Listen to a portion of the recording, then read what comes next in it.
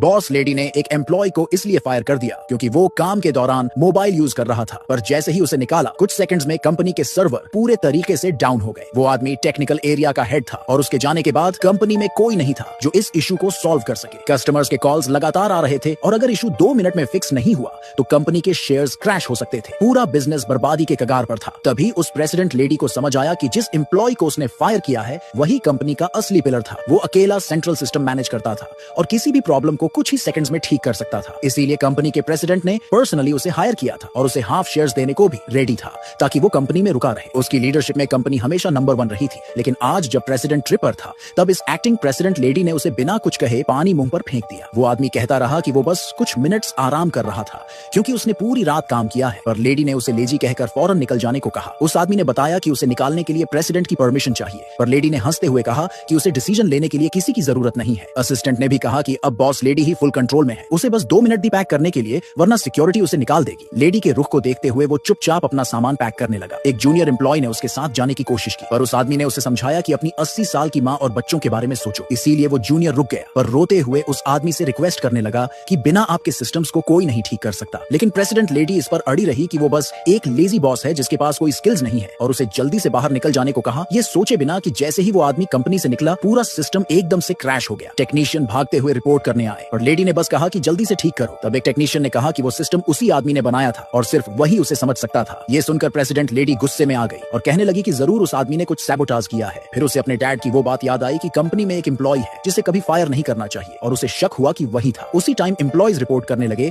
कि customer call से lines jam हो रही हैं और अगर इशू जल्दी सॉल्व नहीं हुआ तो शेयर्स गिर जाएंगे और कंपनी बर्बाद हो सकती है। ये सुनते ही प्रेसिडेंट लेडी डर गई और तुरंत एक एक्सपर्ट से हेल्प मांगने लगी, पर उसे पता नहीं था कि जिस एक्सपर्ट को वो बुला रही है वही था जिसे कुछ मिनट पहले उसने निकाल दिया था। वो आदमी बिल्डिंग से बाहर ही जा रहा था कि उसे प्रेसिडेंट लेडी का मैसेज मिला। मैसेज में लिखा था कि इशू पर्सनली एक्सप्लेन करो और लॉबी में मिलो। लेडी ने मैसेज देखा तो उसे नाम कुछ जाना पहचाना लगा, पर इग्नोर करके वो लॉबी में उतर आई। वहाँ उसे वही आदमी मिलता है जो बस निकल ही रहा था। वो उसे देखते ही चिल्लाने लगी, उसे सैबोटाज करने का इल्जाम लगाने लगी। उस आदमी ने बहस नहीं की, बस शांत रहा। लेडी को उसका ये रवैया और गुस्सा दिला गया तो वो घमंड से कहने लगी कि अगर उसने किसी को कुछ बताया तो पूरा स्टाफ उसे हेट करेगा। आदमी ने बस पूछा कि क्या प्रेसिडेंट को पता है कि वो क्या कर रही है। लेडी ने गुस्से में जवाब देने के लिए तुरंत प्रेसिडेंट को कॉल किया, पर प्रेसिडेंट बिजी था। बस इतना कहा कि खुद संभाल लो और कॉल काट दी। लेडी ने आदमी पर हंसते हुए कहा कि तुम कुछ खास नहीं हो। फिर गार्ड्स को बुलाकर उसे निकाल देने का ऑर्डर दिया। आदमी जाते जाते बस इतना कह गया कि एक दिन तुम्हें पछतावा होगा। लेडी ने घमंड से कहा कि उसे कभी पछतावा नहीं होता। तभी अचानक पूरे कंपनी में इमरजेंसी अलार्म बज उठा। लेडी के चेहरे पर डर था। उसी पल प्रेसिडेंट का कॉल फिर से आया और कॉल रिसीव करते ही लेडी का चेहरा डर से सफेद पड़ गया।